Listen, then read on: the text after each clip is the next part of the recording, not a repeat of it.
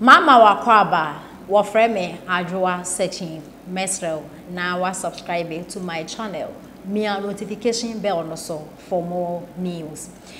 Ebusuafo lawyer Obriye Boa dodo na efreno senior abronye or the ensembia tudwa a otrese nansen oko northern region and an impatem ekodi djuma wo na northness eye ahemfofo mo ho mo etrese enye NPP amayoku ena his excellency na Danko Akufo-Addo ande ono so ye president wo Ghana hanuma na ko nim se Ghana ha party bi bo mutumi yi akwan sa ebi nsida o chese akwanya omo aye wo Ghana ha akwanya kese a say na de omo afixe de atutu omo aye ekwan bi wo Ghana hanuma sapete kro omo hu bi da enso NPP aban ba yi ene akwan de omo ehu bi papa long one short ones potholes akwan akwan de NPP aban eyi papa apan je omo bo his excellency another Danko Akufo-Addo ena NPP amayoku na ba so omo ba bema omo tumi eyi akwan na Ghana so enya so mfa so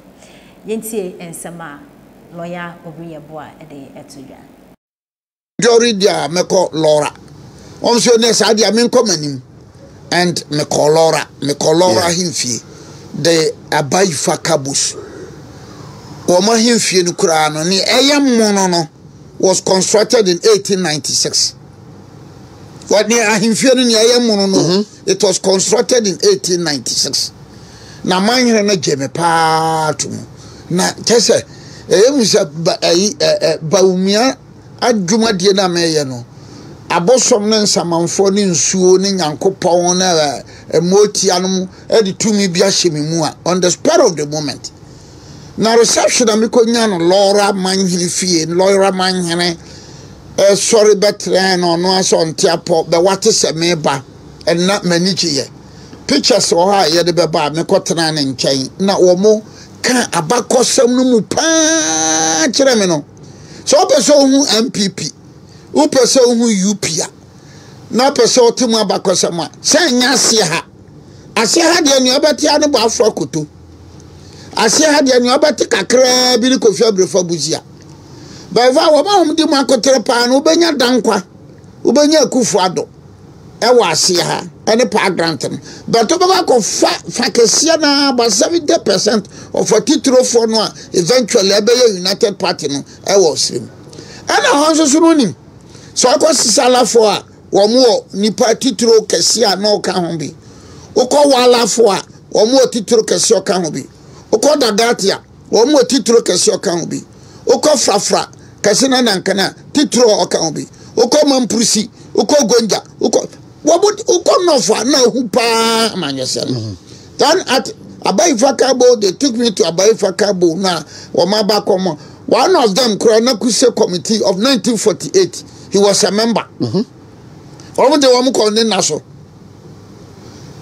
Laura the reception was fantastic from Laura na me yesa ne meko Manprusi hodu na me nko hoda but I say me ko mate diaka fodi dini diaka the UP tradition meko meto asokoe and so because diaka and because Manprusi o man hene no a na no so o mo de meko diaka ba bia meko bia so no me yesa mo fa me nko ne mpanyimfo no a be ge party no si ho no me nko hwe ba bia be sie be so na Abaifa Kabo eno man hene na himfie e ho mo de meko ho Manprusi meko e me ne man hene no on so kasa ye da mase niema yama wo mo makamfa wo mo wo mate afa me ho ene ne MPP abana yama wo mo no kasa nsem no bi wo no ma e adutwam enso om ye om de me call the diakafo no om burial place om so ekokire me ekogina ho ebinim kura wu more than 100 years ebinim wu more than 100 years o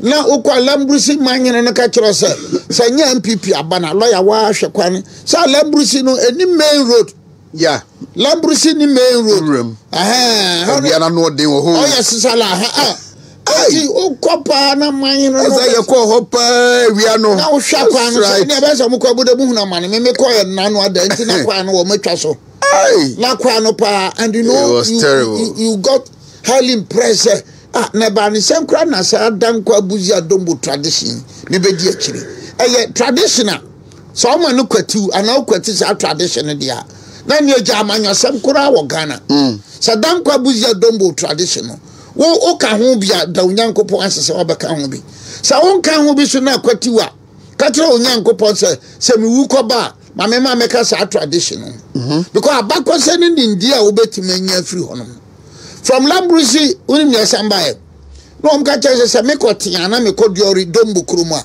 kwano mewa be me pedi a me sanom ra lora na mbesi lora na gese anu dia is a tar road no ma ko diori na so mbesi lora na me ko tar road and so me ko diori then eventually dombo me ko pie dombu krum na omdem ko the banner oye hene no the call the palace ho na adisia dia ba ko am se hu ye ne se me ko ho no hu se this a campaign asema na lot e ka no campaign no obetima ye no wase a wontimi nya no wo soro ho because soro no ebinim tia na mutwe na ebinim so tia na mutwe na bi tia ete sire mu dia no de ne me hu ye se this a door to door.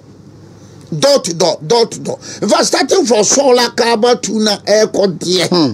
Easy. Door to door. Easy. Easy cry. And I asked myself, say President Mahama. Man, dear pa. I know, yeah, was all sana but me say my experience with Dr. Mahmoud Bamia, you call the northern part of Ghana. Some of the NPP MPs are radio so TV3 join NDC MPs and you look at live at their constituencies Nana NDC constituency na sema mi ko hene ba ka mi ka se mi nya wa hwa me twa so sesi ya microphone mra mi twa so na next week me ba me devote the whole period me say me bu say omo say how are they able to convince them over the years I feel moto about the man I just that now look me call we krom say na doli speaker me first speaker krom me call me first speaker krom me ba first speaker krom no somebody like Ambrose Derry was support to papa the propaganda that you hear. In fact, the fact that you hearing the propaganda means say it is causing problem. It is causing problem. I mean, me constituencies bear me and son na ewo down hanuma campaign me ko bi no. A friend say because yi baako a friend say